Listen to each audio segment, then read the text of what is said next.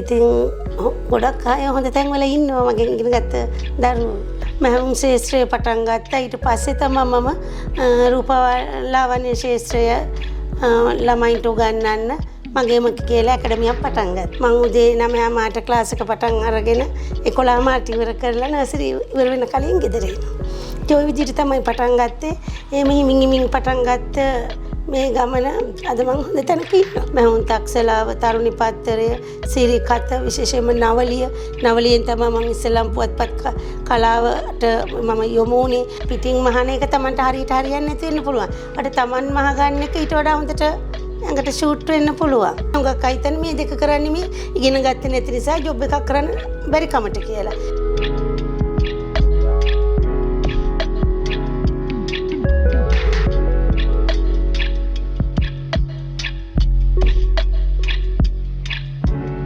ශ්‍රී Lankan top leaders නායකයන් සොයාගෙන යන ගමනේදී තවත් එක් සුවිශේෂී චරිතයක් එක්ක අත්දැකීම් බෙදා හදා ගන්න තමයි අද සූදානම් වෙලා ඉන්නේ. ඉතින් ඇය නමින් මහුම් සහ රූපලාවන්‍ය උපදේශිකා කාන්ති බණ්ඩාරනායක මැතිණිය. අපි පසුවට ඇය හඳුන ගන්නකම් ආයිබෝවන් කියලා ඇයව පිළිගනිමු. ඔබතුමීට ආයිබෝවන්. ආයිබෝවන්. ඉතින් ඔබතුමිය ගැන ඔබතුමියට වඩා දන්න කෙනෙක් ඉන්න බැහැනේ. ඒක නිසා අපි ඔබතුමිය කවුද කියලා හඳුන්වන දෙන එක අපි බාර දෙනවා ඔබතුමියටම. මම පළවෙනි ප්‍රශ්නේ මෙහෙම අහන්නම්. කවුද මේ කාන්ති බණ්ඩාරනායක කියන්නේ? කාන්ති බණ්ඩාරනායක මම දැන් වසර 28ක් පුරාවට දිවයිනේ නොයෙකුත් පළාත්වල මෙහොම් ක්ලාසස් කරනවා. ඒ අතර රූපලාවන්‍ය උපදේශිකාවක් වශයෙන් කටයුතු කරනවා. ඒ වගේම මං හිතන්නේ ගොඩක් මේ වෙනකොට සමාජයට වෘත්තික කාන්තාවන් බිහි කරලා තියෙනවා ඔබතුමිය. ඔව් අනිවාර්යෙන්. මමවත් දන්නේ නැහැ මේ වෙනකොට කොයිතරම් ප්‍රමාණයක් බිහි වෙලාද කියන එක. හුඟක් අය ස්වයංරැකියා වශයෙන් කුඩා ප්‍රමාණයේ මධ්‍යම ප්‍රමාණයේ ව්‍යවසායිකාවන් එතකොට වශයෙන් කටයුතු කරනවා. ඉතින් ගොඩක් අය හොඳ තැන්වල ඉන්නවා මගෙන් ඉගෙන ගත්ත දරුවෝ. අපි අනිත් හැම දෙයකටම කලින් මම ඔබතුමියගේ මහුම් කලාව සම්බන්ධයෙන් පොඩ්ඩක් කතා කරන්න කැමතියි. කොහොමද ඔබතුමිය මහුම් කලාවට පිවිසෙන්නේ? මේ ගැන ආසාවක් ඇති වෙන්නේ කොයි වගේ කාලෙකදීද? එහෙම කියලාම විශේෂයක් තිබුණේ නැහැ. නිතරම අපේ ගෙදර මහුම් සම්බන්ධ වැඩ කටයුතු තමා කරුණේ. මගේ අම්මා ඒ ව්‍යාපාරයේ තමා නියලුනේ. ඉතින් අපි කුඩා කාලේ ඉඳන්ම දැක්කේ ඉතින් කපන හැටි මහන හැටි ඒවා. ඒ වුණාට අපි වැඩිය ඉතින් ඒවට සම්බන්ධතාවයක් දැක්ුවේ නැහැ. ඉතින් අම්මා ඒත් කෑ ගහනවා මේව පොඩ්ඩක් ඇවිල්ලා බලා ගන්න කියලා. ඒත් ඒ තරම්ම අපි උනන්දුවක් දැක්ුවේ නැහැ. ඒත් ක්‍රමයෙන් ඉතින් අමාත් විවාහ වුණාන් පස්සේ මටත් හිතුණා අම්මා වගේ මොන හරි ව්‍යාපාරයක් පටන් ගන්න ඕන කියලා. එතකොට දැන් ඔබතුමිය මහුම් උපදේශිකාවක් විදිහට සේවය කරන අතරම ඔබතුමිය රූපලාවන්‍ය ශිල්පිනියක් රූපලාවන්‍ය උපදේශිකාවක් විදිහටත් සේවය කරනවා. කොහොමද දැන් මහුම් කලාවෙන් රූපලාවන්‍ය ක්ෂේත්‍රයට එන්නේ? මහුම් කලාව මම පටන් ගන්නත් කලින් මම අධ්‍යාපන කටයුතු අවසන් කළාන් පස්සේ මම පාඨමාලාවක් වශයෙන් ඉස්සෙල්ලාම හැදෑරුවේ රූපලාවන්‍ය. බගතලේ ටෙරස් එකේ ස්ටම්ලි රඹුක්වැල්ල මහත්මිය යටතේ ඒක මං හදාරලා ඒත් වැඩි ඒකට කැමැත්තක් දැක්ුවේ නෑ ගෙදරින්. එහෙම ඉතින් ඒ වගේ දේවල් පටන් ගන්නවට ඊට පස්සේ කාලයත් එක්කම මහුම් ශාස්ත්‍රය පටන් ගත්තා. ඊට පස්සේ තමයි මම රූපලාවන්‍ය ශාස්ත්‍රය ළමයින්ට උගන්වන්න මගේම කියලා ඇකඩමියක් පටන් ගත්තේ. එතකොට දැන් ඔබතුමිය රූපලාවන්‍ය ක්ෂේත්‍රය මහුම් ක්ෂේත්‍රය දෙකම මේ විදිහට අපි ඔබතුමියගේ පන්ති පැවැත්වීම ගැන කතාවට පසුව එනවා. ඊට කලින් මම කැමතියි ඔබතුමියගෙන් දැනගන්න දැන් ඔබතුමිය ක්ලාස් කරලා ළමයින්ට උගන්වනවට වඩා ඇත්තටම ඔබතුමිය දැන් සෑහෙන කාලයක් ඉඳලා මාධ්‍යවේදිනියක් විදිහට ලංකාවේ ජනප්‍රියම කාන්තා පුවත්පත් දෙකක නොමිලේ ඔබතුමියගේ උපදෙස් ලබා දෙනවා. ඉතින් චුට්ටක් අපි පත්‍ර කලාව ගැනත් කතා කරමුද? ඔව් ඇත්තටම මම මේ තැනට එන්න මට ගොඩක් උදව් කළේ. ඇත්තටම මට කියන්න තමයි තරම්. මේ තැනට මම ආවේ ඒ නිසා තමයි. ඒ ඉස්සර අපිට තිබුණේ නැහැ නේ සෝෂල් මීඩියා. එතකොට අපි තරුණි සිරිකත රැජින නවලිය ওই පත්තර මාර්ගෙන් තමයි මේ තත්ත්වයට ආවේ. ගාමිණී සමරසිංහස අචිරි ලක්මාලි හරි හිතවත් මගෙත් එක්ක. ඊට අමතරව විද්‍යුත් මාධ්‍ය කලාව රූපවාහිනී නුගසෙවන කතා නොකරම බෑ. ඉතින් මට හුඟක් අත්වලක් වුණා මේ තත්ත්වයට එන්න. ඇත්තටම ඔබතුමිය සංවේදී වෙනවා කියන්නේ මාධ්‍ය කලාවත් එක්ක තියෙන බැඳීම ගැන අපිට වෙන කතා කරන්න අවශ්‍ය නැහැ. මොකද ඇත්තටම ඒ තරම් ආදරයක් මාධ්‍ය කලාවට ඔබතුමියගේ හිතේ තියෙනවා. ඉතින් ඇත්තටම විශාල සේවයක් ඔබතුමිය කරන්නේ ගෙවල් වල ඉන්න ගොඩක් කාන්තාවන්ට මේ පුවත්පත් හරහා මැහුම් කලාව ගැන දැනුවත් කිරීම කරන්න, දැනුම ලබා ගන්න අතහිත දීමෙන්. එතකොට ඔබතුමිය මෙච්චර දුරට ආපු ගමනක් තියෙනවනේ මුල ඉඳන්. අපි චුට්ටක් කතා කරමුද කොහොමද පළවෙනියෙන් ක්ලාස් කරන්න ඔබතුමිය පටන් ගත්තේ? ඉතින් මං මහත්තයත් එක්කත් කතා කළා නිකන් ගෙදර ඉන්න එකේ මෙහෙම දෙයක් කරමු කිව්වා. එතකොට පුතයි දුවයි දෙන්නම ගොඩක් පොඩි. පුතා එක වසරේ දුව නර්සරි යන්න නර්සරි දාලා ඒ අතරතුර තමයි මම පටන් ගත්තේ. මං උදේ 9 මාට ක්ලාස් එක පටන් අරගෙන 11 මාට ඉවර කරලා නර්සරි ඉවර වෙන කලින් ගෙදර එනවා. ඒ විදිහට තමයි පටන් ගත්තේ. එහෙම හිමින් පටන් ගත්ත මේ ගමන අද මං හොඳ තැනක ඉන්නවා.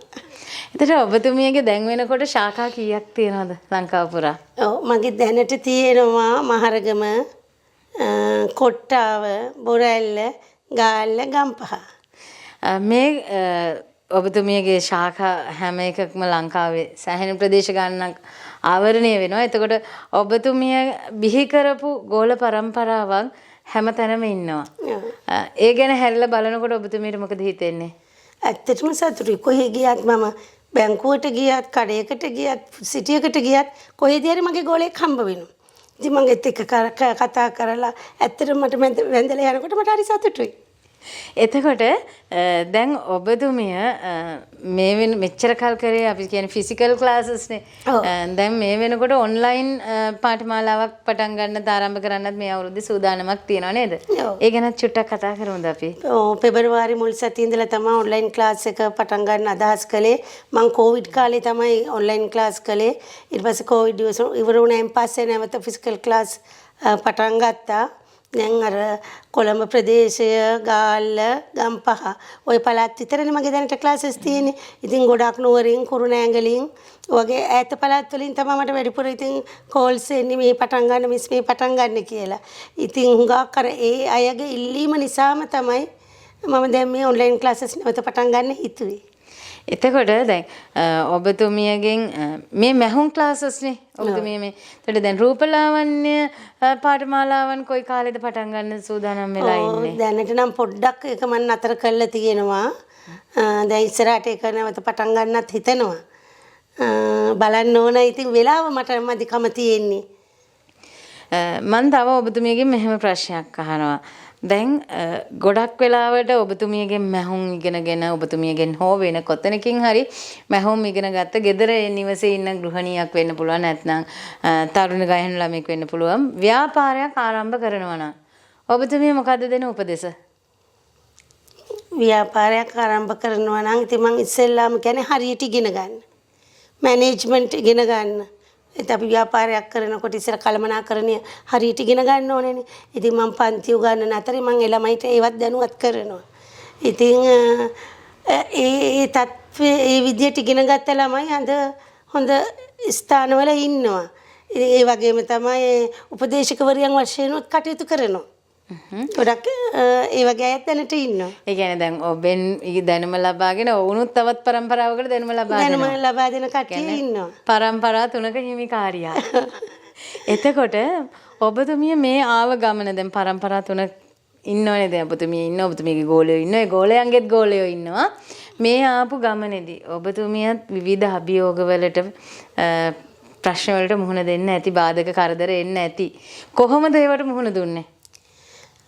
දැන් પરම්පරාවට නම් ඉතින් ඇත්තම ලේසි. මේ අපි ඉන්න තත්ත්වයට ඒගොල්ලන්ට ළඟා වෙන්න හරි ලේසි. අපි මේ තත්ත්වයට එන ලොකු මහන්සියක් දැරුවා. ඉතින් මොකද පුවත්පත් විතරයි ඒ කාලේ තිබුණේ. අපි මුල පටන් ගන්න අතර ඉතින් පුවත්පතක් අපි පුවත්පතකට අපව සහභාගී කරව ගන්න. හරි දුෂ්කර දෙයක් ඒකත්. කලාතුරකින් තමයි අපිට කතා කරන්නේ.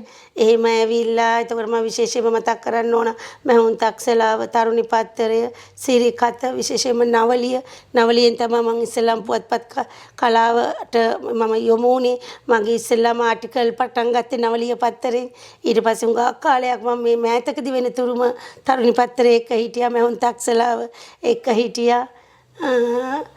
ඒ අතරතුර තමයි ඉතින් මම ඊට පස්සේ දැන් මේ සෝෂල් මීඩියා මගින් මේ පොඩ්ඩක් පබ්ලිසිටි කරලා ක්ලාසස් පටන් ගත්තේ.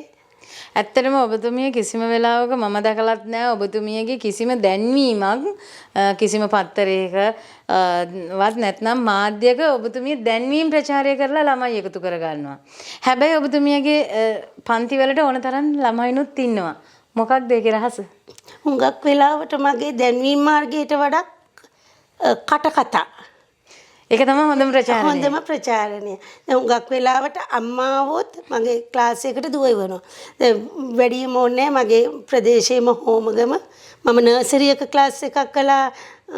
ඒ ටීචර් කියපු නිසා ඒ කාලේ නර්සරි අම්මලා තමයි මගේ ක්ලාස් එකට ආවේ. ඉතින් දැන් මෑතකදී එතකොට නර්සරියේ තමයි මේ දුව හිටියේ. මෑතකදී මගේ කොට්ටාවේ ක්ලාස් එකේට දුව එක්කගෙන ආවා. ඉතින් මටත් හිතා ගන්න බෑ මොන්ටිසෝරි හිටිය ළමයා දැන් ලොකු වෙලා දැන් ඒ ලෙවලුත් කළා තමයි ළමයා මගේ ක්ලාස් එකේ ඉගෙන ගත්තේ. يعني වඩාත් විශ්වාසදායීම ප්‍රචාරණ මාධ්‍ය තමයි කටකතා يعني කටින් කට ගිහිල්ලා මේ ප්‍රචාරය වෙන එක. මොකද එහෙම යනවා කියන්නේ ඔබතුමියගේ ගුණාත්මක භාවය ගැන කිසිම සැකයක් නැහැ. මොකද කෙනෙක් හොඳ දෙයක් නේ තව කෙනෙකුට නිර්දේශ කරන්නේ. ඒක නිසා ඒකේ ගුණාත්මක භාවය ගැන අපිට කිසිම කතාවක් නැහැ. කටින් කට ගිහිල්ලා ඔබතුමියගේ පන්ති පිළිබඳව ප්‍රචාරය වෙනවා කියන එකම. ඉතින් ඇත්තටම ඔබතුමිය එදා ඉඳන් අද ආව මාර්ගය දිහා ඔබතුමිය ආපහු හැරිලා බලනකොට ඔබතුමියට මොකද්ද දැනෙන්නේ? ඉතින් හරිම සතුටක්. ඇත්තටම හරි සතුටක්. මම ගැන හරි තෘප්තිමත්. එතකොට දැන් ඔබතුමිය දැන් අලුතෙන් ක්ලාස් පටන් ගන්නවා කිව්වනේ. ආපහු මට පොඩ්ඩක් කොහෙද තියෙන්නේ කවදද තියෙන්නේ කියලා අපිට කියන්න පුළුවන්ද? ඔව් දැන් මම 2026 වසරට අලුතෙන් පටන් ගත්තා. ඒක ජනවාරි මාසේ අවසන් වෙනකල් ළමයි බඳවා ගැනීම කරනවා. එතකොට පෙබරවාරි මාසේ මුල් සතියේ තමයි ඔන්ලයින් ක්ලාසස් පටන් ගන්න. එතකොට තියෙන ශාඛා කොහෙද තියෙන්නේ? දැන් බොරැල්ලේ තියෙන්නේ දවස කවද්ද? බොරැල්ලේ තියෙන්නේ මගේ ඉරිදා හවස 2ට. කියන්නේ හැම ඉරිදම හවස 2ට බොරැල්ලේ කොහෙද? තිලකරත්නාරාමයේ. බොරැල්ල තිලකරත්නාරාමයේ 2 ඉඳන් හවස 5 වෙනකන් ඔබතුමියගේ බොරැල්ල ක්ලාස් එක තියෙනවා. ඔව්. ඊට ඊළඟ ශාඛාව ඊට පස්සේ ඉරිදා උදේ තියෙනවා 9 ඉඳලා 12 වෙනකල් කොට්ටාවේ සහස්ත්‍රා. කොට්ටාව සහස්‍රා ඉරිදා උදේ 9 ඉඳන් දවල් 12 වෙනකන්. අනිත් සඳුදාට මහරගම. මහරගම කොහෙද? මහරගම ඕසිස් නොලිමිට් එක ඉස්සරහා පිටමයි. මහරගම නොලිමිට් එක ඉස්සරහම තියෙන ඕසිස් ක්ලාස් එකේ නම. ක්ලාස් එකේ නම. එතකොට කීයේ ඉඳන් කීයේ වෙනකන්? 9:00 ඉඳලා 12:00 වෙනකන්. 9:00 ඉඳන් 12:00 වෙනකන්. ඊට අමතරව ගම්පහ අඟහරුවාදා උදේ 9:00 ඉඳලා 12 වෙනකල්. තැන? ඒකත් සහස්‍රමයි. ගම්පහ සහස්‍රයිකේ ගම්පහ පැත්තේ ඉන්න අයට සහභාගී වෙන්න පුළුවන්. සහස්‍රයිකේ CIB එක ඉස්සරහ පිට. CIB එක ඉස්සරහ පිටම හොයාගන්නත් හරිම ලේසි. උදේ 9:00 ඉඳන් 12:00 වෙනකන්. තවත් තියෙනවද? සෙනසුරාදා. සෙනසුරාදා ගාල්ලේ. ගාල්ලේ තියෙනවා සෙනසුරාදා. ගාල්ලේ විද්‍යාලෝක පිරිවෙනේ. විද්‍යාලෝක විද්‍යාලයට අල්ලපු බිල්ඩින් එක තමයි පිරිවන. ඒකේ ගාල්ලේ 9:00 ඉඳලා දවල් 12:00 දක්වා.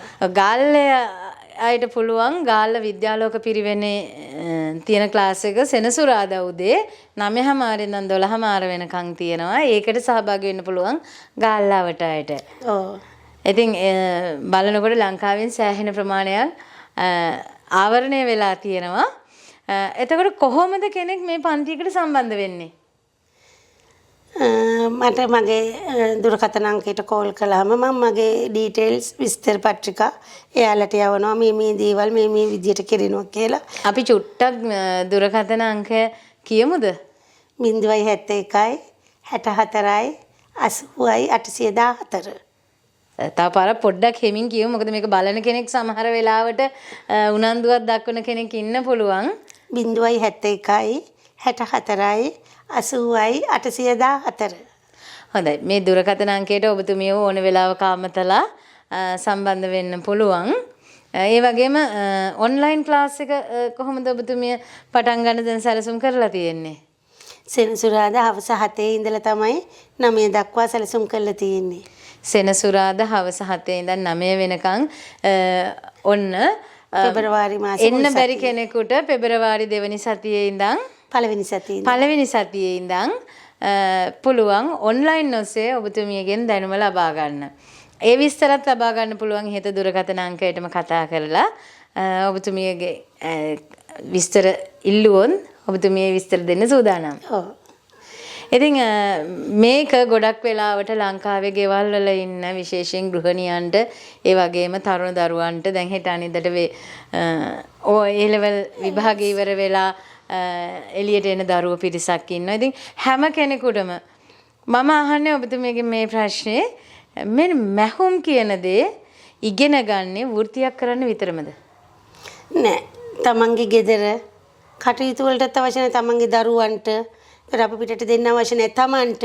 දැන් අපි පිටින් මහන එක තමන්ට හරියට හරියන්නේ නැති වෙන්න පුළුවන්. අර තමන් මහ ගන්න එක ඊට වඩා හොඳට ඇඟට ෂූට් වෙන්න පුළුවන්. ඒ වගේම තමයි ඒක තෘප්තිමත්නේ. පිටින් මහලා අපි අඳිනවට වඩා අපේ දෙයක් කරගන්න එක අපි ඒක සතුටුයි ඒක ගැන. ඒක මං හිතන්නේ මේ වැඩසටහන නරඹන ගොඩක් කාන්තාවන් අත්විඳලා ඇති සාලි ජැකට් එකක් මහගන්න ගියාම කොච්චර කරදරයක්ද නැත්නම් හොයන්න යන්න ඕනේ පොඩි ඇඳුමක් මහගන්න ගියාම කොච්චර කරදරයක්ද කියන එක. ඉතින් ඒකට හොඳම විසඳුමක් තමයි Taman මේ මැහුම් කලාව කියන දේ ඉගෙනගෙන ඉන්න එක. හොඳයි. දැන් මෙච්චර ප්‍රයෝජනවත් වෙන මේ මැහුම් කලාව ප්‍රයෝජනවත් මොනම දැන් සාමාන්‍යයෙන් මොන ක්ෂේත්‍රවල වගේ අයද ඔබතුමියගේ ළඟට එන්නේ ඉගෙන ගන්න? හුඟක් අය හිතෙනවා මැහුම් කලාව රූපලාවන්‍ය කලාව මේ ඉගෙන ගත්තේ නැති ගෙදර නිකන් ඉන්න නිසා ළමයෙකුට මේක දෙමාපියෝ ගන්නනවා. එහෙමත් නැතිනම් මේ කාලය නාස්ති කරන නිසා දරුවෝ මේ වගේ දෙයකට යනවා කියලා. එහෙම නැහැ. දැන් මගේ ක්ලාස් එක ගත්තොත් එහෙම ඇත්ත වශයෙන්ම මගේ ජයවර්ධනපුර විශ්වවිද්‍යාලයේ ලෙක්චර්ස් කෙනෙකුත් ඉන්නවා.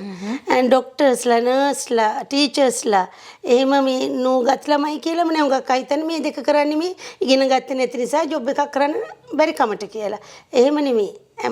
අපිට තියෙන මරණ කල්ම ඉගෙන ගන්නනේ. තව ශාස්ත්‍රවල නියැලෙන ගම මේකත් ඉගෙන ගන්නවා.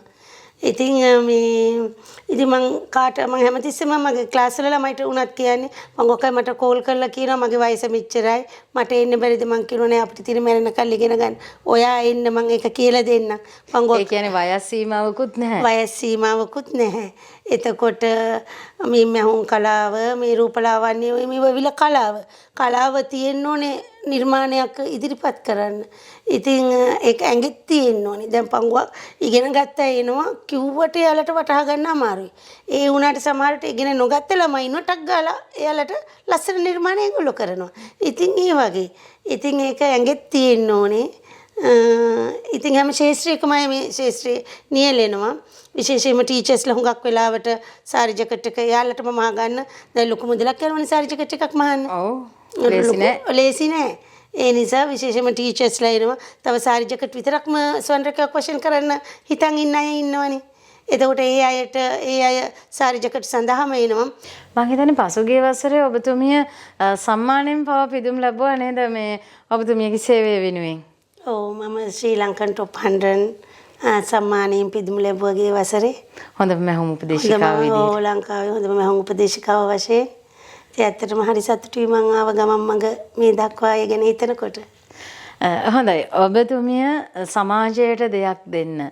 අහස මාධ්‍ය කණ්ඩායමේ අපිත් එක්ක අත්වැල් බැඳගෙන කාන්තාවක් මවක් විදිහට සමාජයට අලුත් දෙයක් දෙන්න අතිශයින්ම කාර්යබහුල දවසක උදේ ක්ලාස් එකක් කරලා හවස අපේ ඉල්ලීම වෙනුවෙන් මේ වැඩසටහනට ඇවිල්ලා අපිත් එක්ක අත්වැල් බැඳගෙන ඒ කරපු කැපවීමට අහස මාධ්‍ය කණ්ඩායම වෙනුවෙන් මම ඔබතුමියට බෙහෙවින්ම ස්තුතිවන්ත වෙනවා. ඒ වගේම අපි ආශිර්වාද කරනවා ඔබතුමියගේ සේවය තව තවත් දිනෙන් දින සමාජයේ වැඩි පිරිසකට දීලා ලංකාව පුරා හොඳ යහපත් වෘත්තිකයන් පිරිසක් බිහි කරන්න තවත් කාලයක් ඔබතුමියට ශක්තිය ධෛර්යය ලැබෙන්න කියලා. ඉතින් බොහොමත්ම ස්තුතියි අපිත් එක්ක එකතු වුණාට. අයිබෝන් ඔබතුමියට. අයිබෝවන්.